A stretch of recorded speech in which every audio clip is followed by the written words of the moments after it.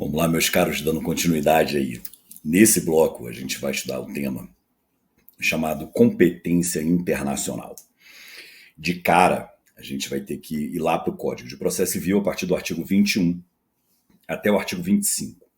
Só que eu quero que vocês tenham na mente de vocês o seguinte: a rigor, quando você trabalha a ideia do termo competência, é muito mais uma organização interna. Então, alguns autores ponderam, criticando essa nomenclatura, afirmando que o mais correto deveria ser a nomenclatura jurisdição internacional. Vos explico. A partir do momento em que eu discuto qual Estado, e é Estado que eu me refiro, Estado soberano, né, Estado lato sensu, então quando me refiro qual Estado, qual país vai processar e julgar determinada causa, eu não trabalho mais com a sua organização interna. Eu não estou debatendo qual é o órgão jurisdicional. No seio do sistema de justiça daquele país, é o competente. Eu trabalho com a seguinte ordem de ideias: qual é o Estado soberano que pode exercer jurisdição sobre um determinado fato? Então, por isso que alguns autores criticam a nomenclatura adotada, competência nacional, afirmando que o mais correto deveria ser jurisdição internacional. Eu comungo dessa mesma crítica, eu entendo a sua razão subjacente, mas eu vou aqui usar o termo competência, tá? Mas lembrando que existe essa crítica. Bom, então, as regras que a gente vai estudar aqui nesse bloco são regras atreladas à jurisdição, ou seja, à identificação de qual Estado soberano poderá exercer o poder jurisdicional. Fechou? Pois bem, essas regras todas sobre competência internacional, essas regras todas visam, a rigor, delimitar o espaço no qual o Estado soberano vai atuar por meio do poder jurisdicional para que as decisões possam ser efetivadas. E aqui eu quero que você já tenha o insight. Eu vou sempre trabalhar com o princípio da efetividade. E isso, quando a gente estuda lá em direito internacional, a gente trabalha muito essa ideia do princípio da efetividade. De nada adianta, por exemplo, o Estado brasileiro afirmar: olha, é o Estado brasileiro que vai exercer jurisdição sobre essa determinada causa, sobre esse determinado fato, se a sua decisão não for passível de efetividade na prática. De nada adianta você obter aqui no Brasil uma sentença jurisdicional que não vai poder ser executada, quer seja no Brasil, quer seja no Estado estrangeiro. Então, você tem que trabalhar também com essa ideia da efetividade da tutela jurisdicional. Não aquela efetividade da tutela jurisdicional tradicional que a gente estuda, né? Se você vai realmente obter aquilo que você deseja. Mas efetividade num plano um pouco mais amplo.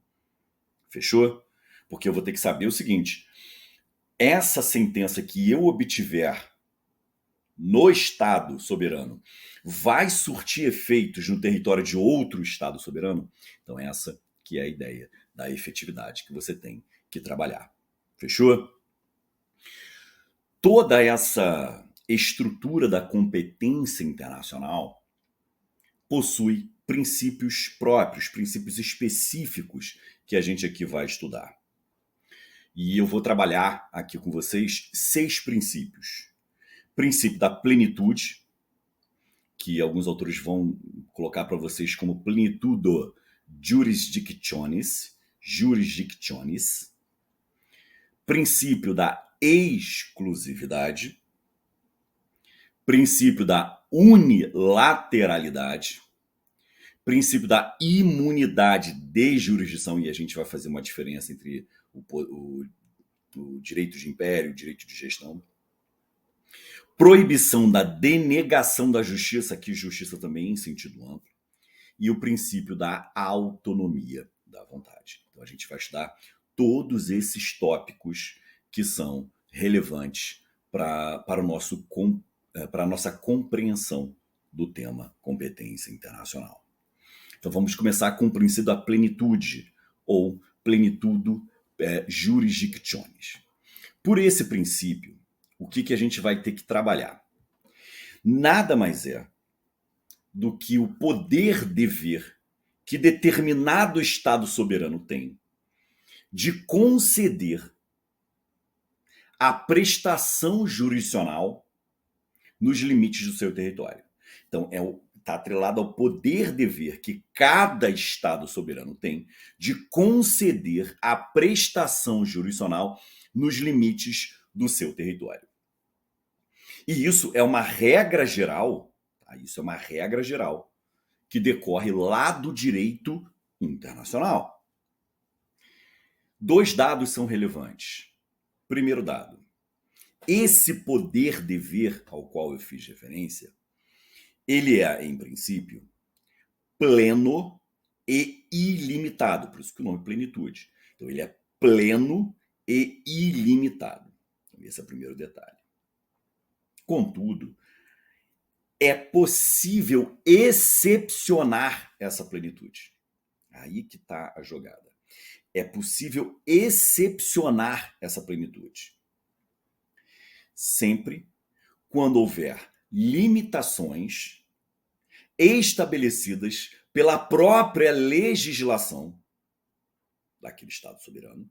Então, a própria legislação do Estado soberano traz alguns limites, ou os limites são fixados pelas cortes internacionais, ou seja, uma construção jurisprudencial por meio das cortes internacionais. Então, guarda, regra, esse poder-dever do Estado soberano em conceder a prestação jurisdicional no seu território, regra, é pleno e ilimitado.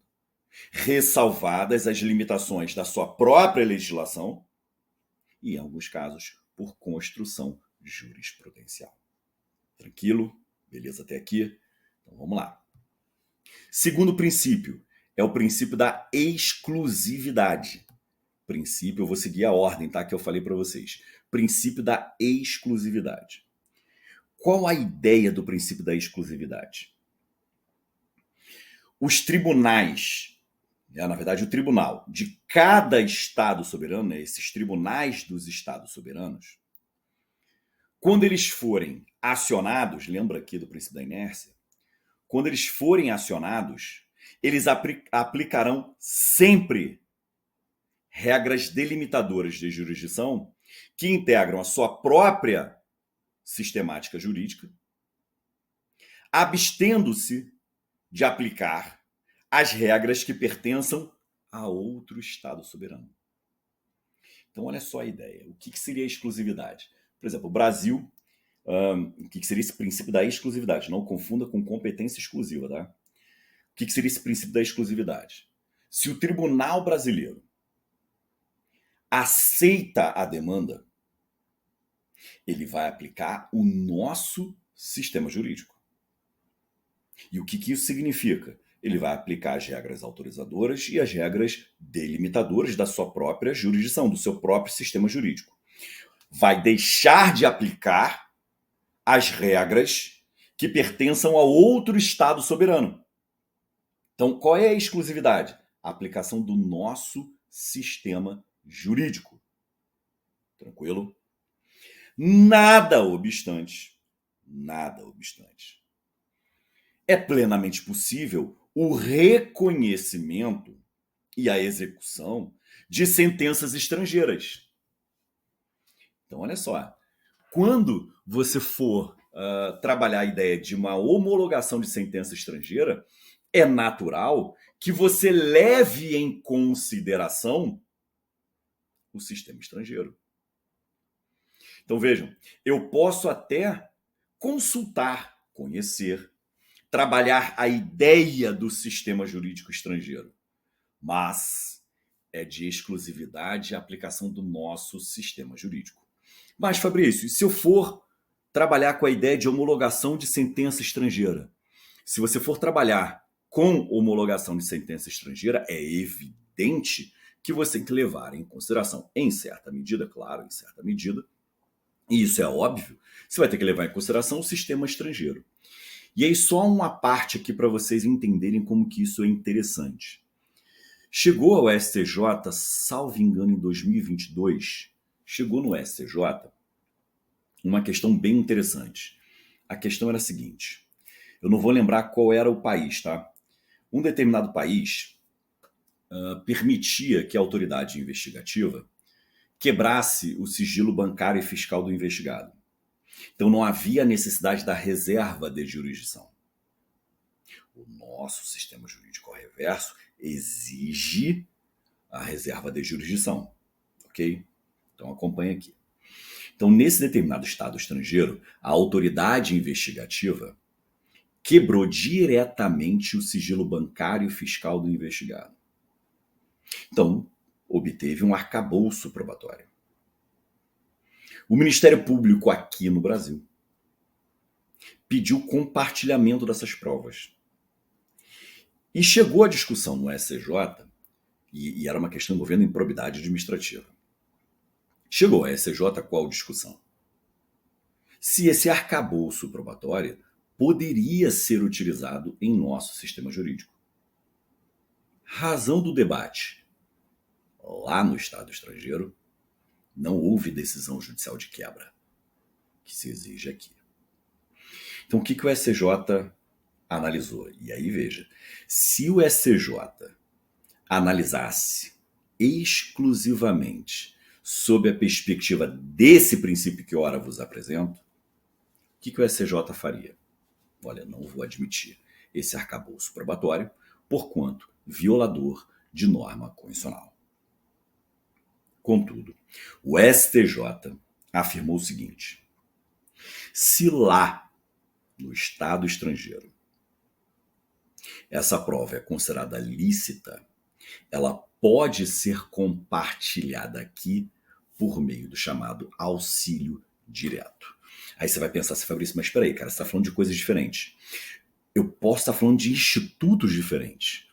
Mas vejam, a questão subjacente, que é a análise do sistema estrangeiro e do nosso sistema, é a mesma. Perceberam que o SCJ avaliou o sistema estrangeiro. Não sobre a aplicação desse sistema aqui. Mas é o seguinte, eu posso considerar, eu posso levar em consideração o sistema estrangeiro para saber se a decisão vai surtir efeitos aqui? Posso. Mas eu faço isso, o SCJ e a doutrina sempre falaram, eu faço isso na hora da homologação da sentença estrangeira. Só que o que o SCJ fez nesse caso? Avaliou essa mesma questão subjacente para fins de permitir o chamado auxílio direto. Então, a fim de permitir o chamado auxílio direto. Por isso que é uma questão deveras importante para a gente trabalhar. Tranquilo até aqui? Fechado? Então vamos lá. Bom, último princípio desse bloco que a gente vai trabalhar é o princípio da unilateralidade. Princípio da unilateralidade. Qual a ideia desse princípio da unilateralidade?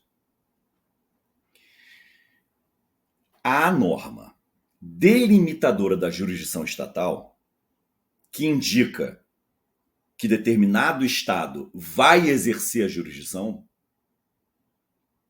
olha só, tem uma norma que delimita, olha, esse estado soberano pode exercer a jurisdição internacional ou não pode exercer a jurisdição internacional. Tranquilo?